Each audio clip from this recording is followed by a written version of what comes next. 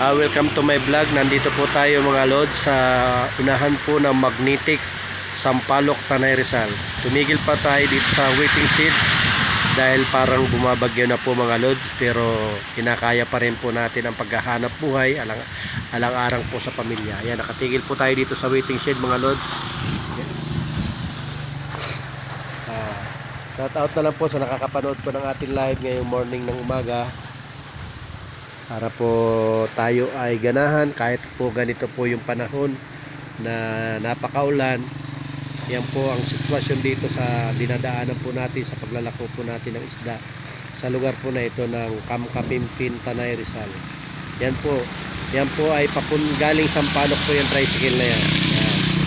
Yan, papuntang Sampaloc po yung karsada na yan mga lods. Ito naman po mga lods, papunta ng Tanay Rizal. Yan, okay. Diyan po tayo galing mga lods. Sobra po napakadulas po ng karsada mga lods, kaya ingat po kayo pag dadaan po kayo dito. Grabe. Paki-shoutout na lang po, paki-shoutout na lang po ang lahat ang nakakapanood po sa ating live ngayong tanghaling tapat. Ganito po ang sitwasyon natin pag tayo po ay niaabot ng ulan. Sobrang hirap, sobrang sakripisyo po talaga alang-alang sa pamilya para makaubos po tayo mga lods. Yan. Shoutout na lang po sa nakakapanood po ng ating live na ito. Sana po lagi po niyong abangan ang ginagawa po natin pag na-live sa mga ganitong lugar na video.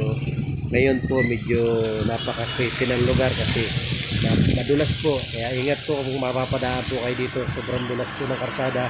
Kaya po tayo nagtahinga dito kasi basang-basa na po tayo mga lods.